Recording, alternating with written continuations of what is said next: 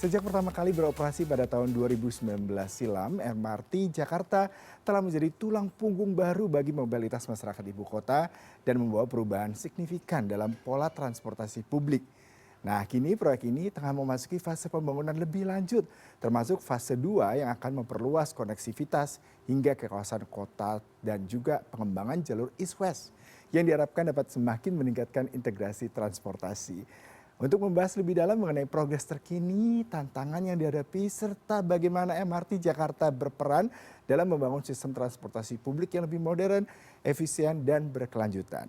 Sudah hadir Direktur Utama PT MRT Jakarta Persero, Bapak Tuhiyat. Selamat pagi Pak Tuhiyat. Selamat pagi. Ya, terima kasih Pak. Ya. Tidak bosan-bosan datang ke CNN untuk berbagi informasi terkait dengan MRT.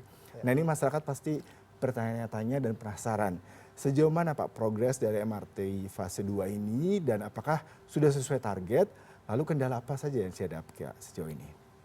Ya, terima kasih. Pertama progres dan yang kedua kendala ya. Jadi setelah kita beroperasi di fase pertama, kita lanjutkan pembangunan dari Bundaran HI sampai dengan kota untuk 6 kilo yang pertama.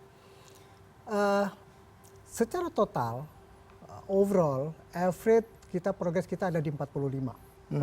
Total dari Bundaran HI sampai dengan kota. Namun demikian ini segmennya dibagi 3 segmen. Untuk segmen yang pertama Bundaran HI sampai dengan Harmoni, itu kita namakan dengan CP201, kita 85%. Kemudian dari Harmoni sampai dengan Mangga Besar, itu 45%, dan dari Mangga Besar sampai dengan kota 68%.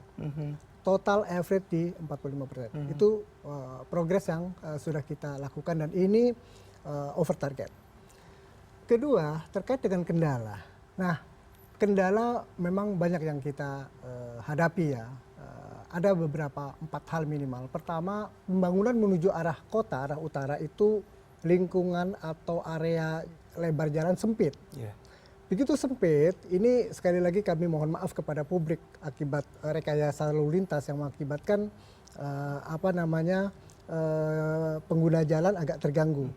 Ini disebabkan karena sempit tadi. Kedua, arah ke sana itu tanah itu lunak, relatif lunak, sehingga terjadi penurunan yang cukup tajam. Oleh karena itu kita perbaiki. Perbaiki ini bukan menghilangkan penurunan tanah permukaan, tetapi meminimalisir penurunan. Ini yang kita namakan dengan soil improvement. Gitu. Dan yang ketiga terkait utilitas, ada perkabelan ya, cabling, kemudian ada perpipaan yang luar biasa melintang di area karena kita kan masuk di underground, gitu. Dan yang terakhir terkait dengan cagar budaya. Nah ini harus hati-hati. Cagar budaya itu kita bekerja sama dengan tim ahli cagar budaya TACB ya. Apakah ada rail tram, kemudian kita temukan juga terakota saluran air kuno, kita temukan beberapa peninggalan keramik, uang dan lain sebagainya.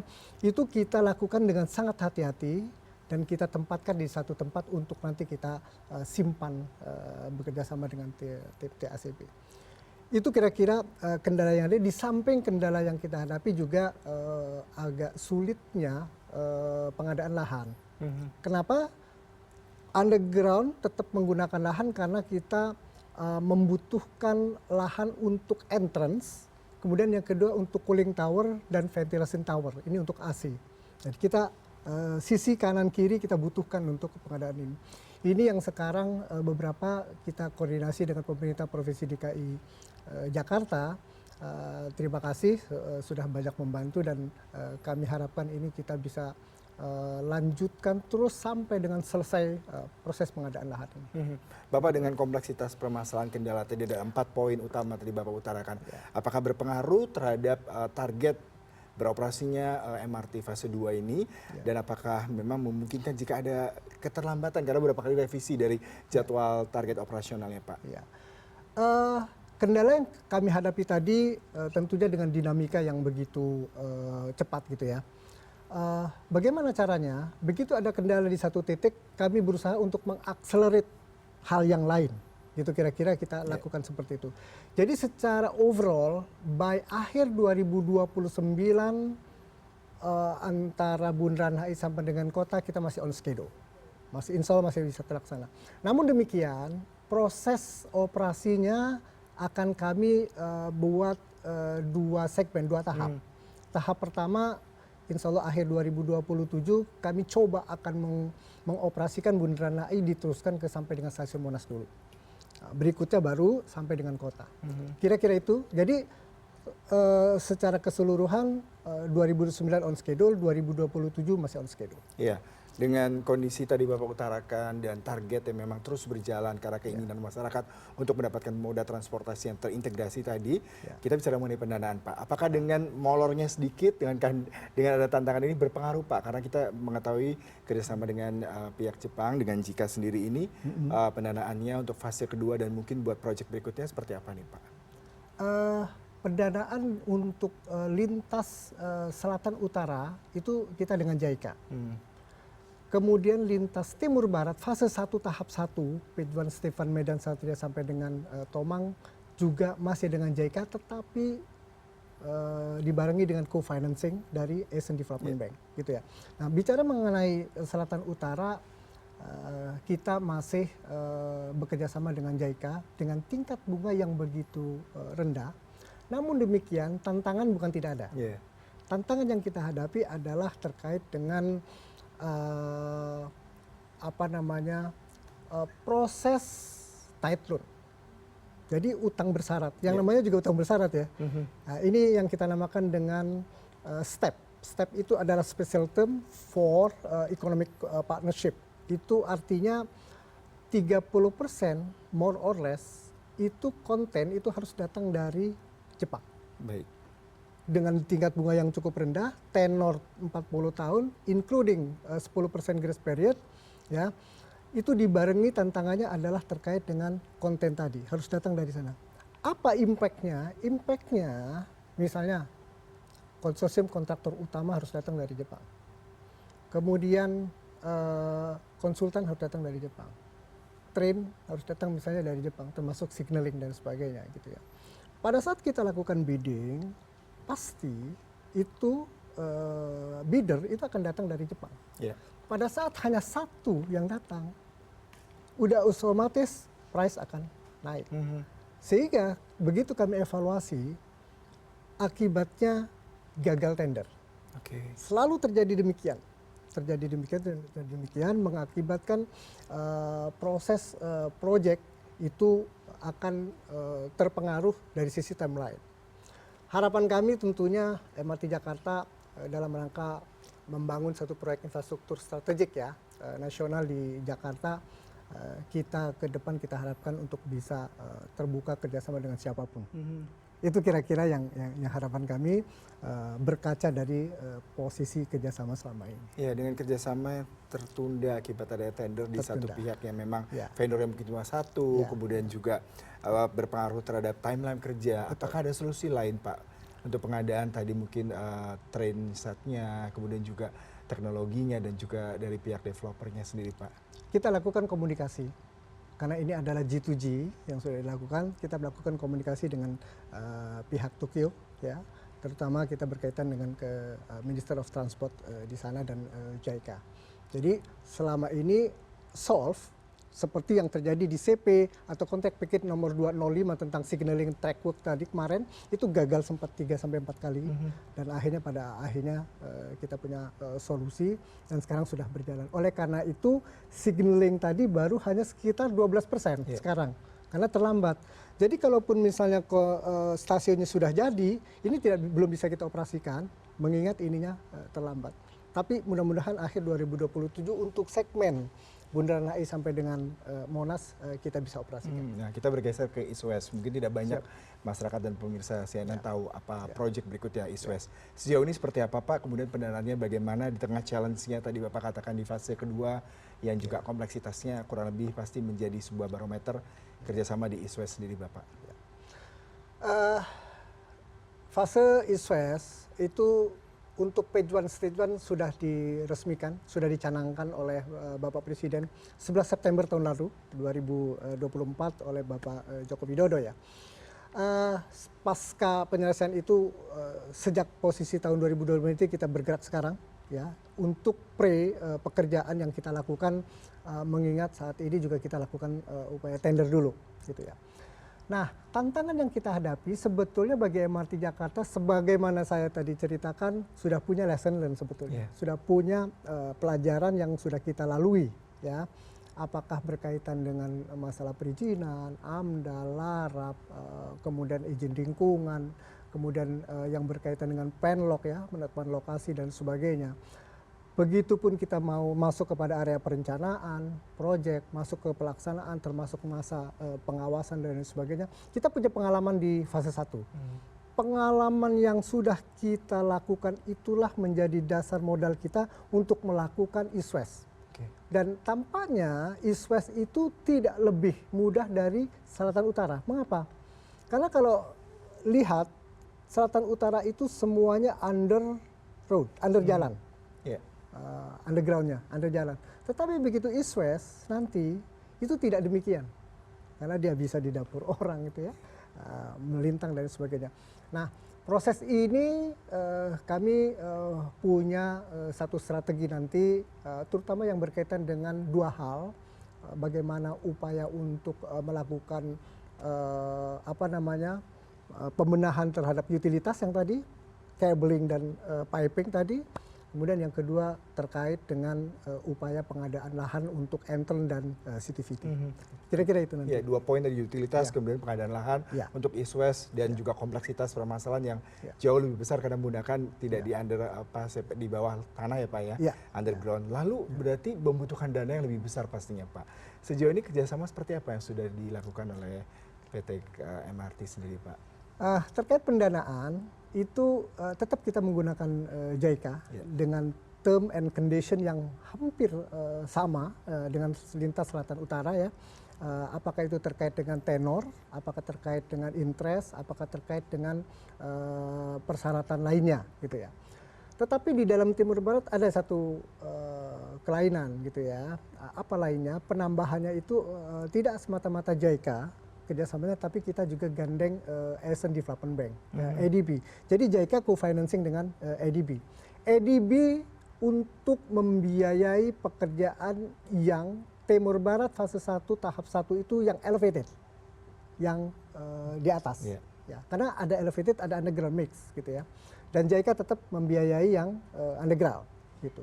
Namun demikian, ini lebih panjang elevated ini tampaknya karena kita jalan dari Medan Satria ke arah Senen itu kan relatif masih bisa elevated. Begitupun keluar ke arah barat gitu ya.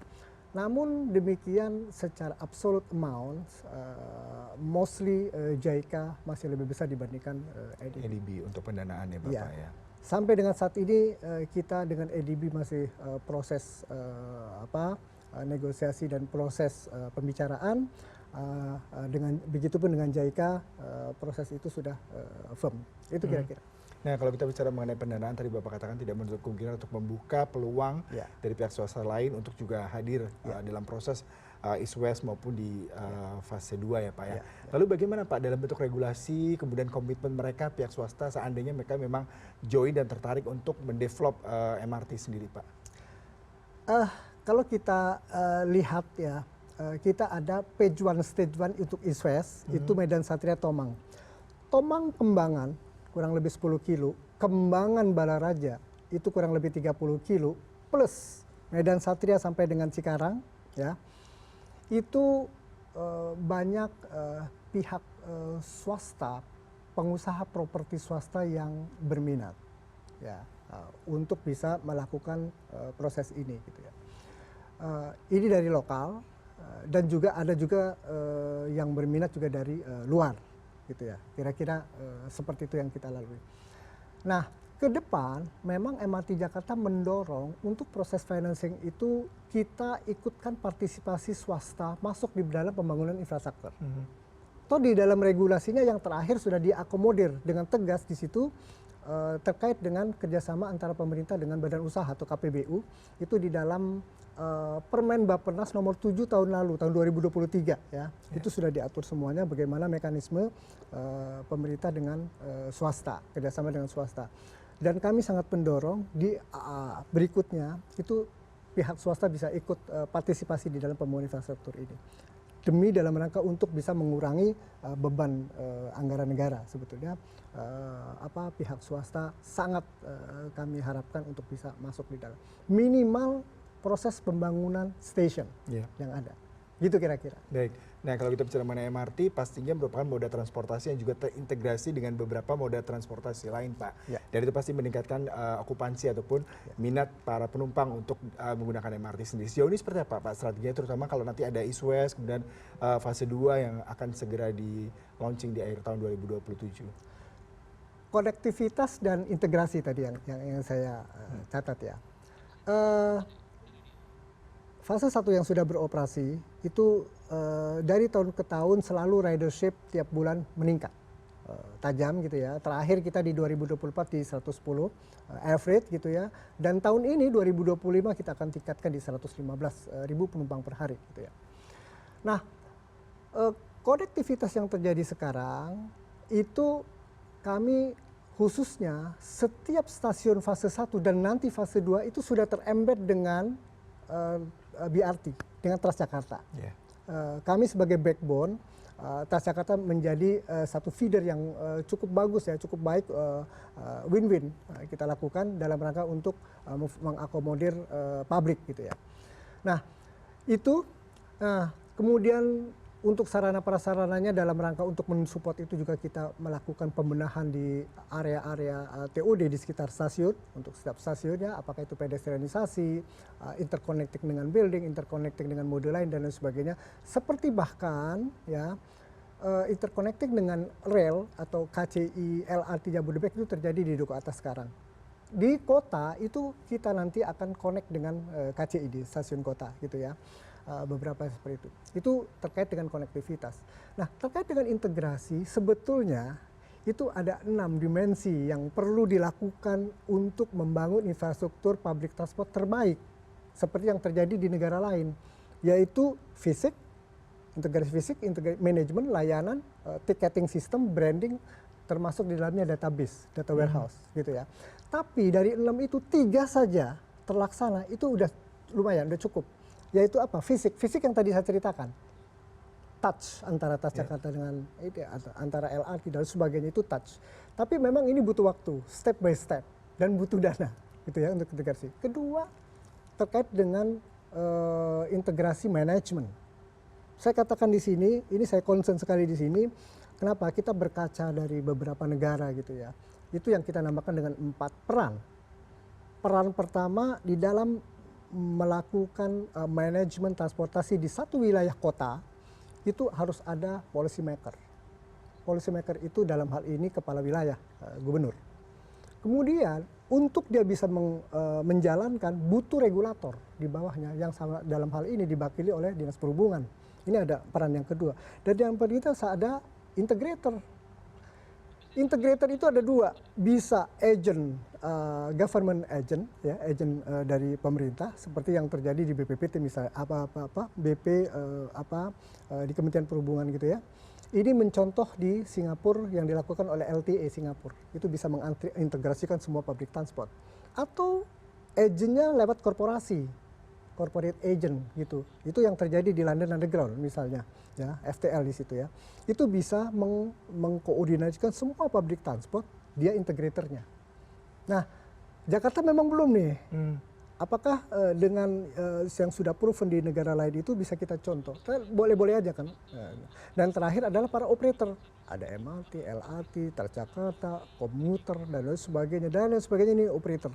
4 peran ini adalah integrasi manajemen untuk memperbaiki area kemacetan yang terjadi di wilayah kota. Dan yang terakhir ticketing system. Diharapkan ticketing system itu bisa untuk semua moda transport, jangan sendiri-sendiri. Nah, itu menjadikan jadi satu menjadi seamless, yang kedua menjadi murah. Nah, itu kira-kira nanti yang harus dari 6 itu 3 saja dulu lakukan, ini sudah cukup mendukung itu ya. itulah konektivitas dan itulah integrasi yang mudah-mudahan bisa diterapkan dan MRT siap untuk menjadi pionir untuk itu semua. Menarik sekali pembicaraannya. Sayang waktunya terbatas Pak Tuhian.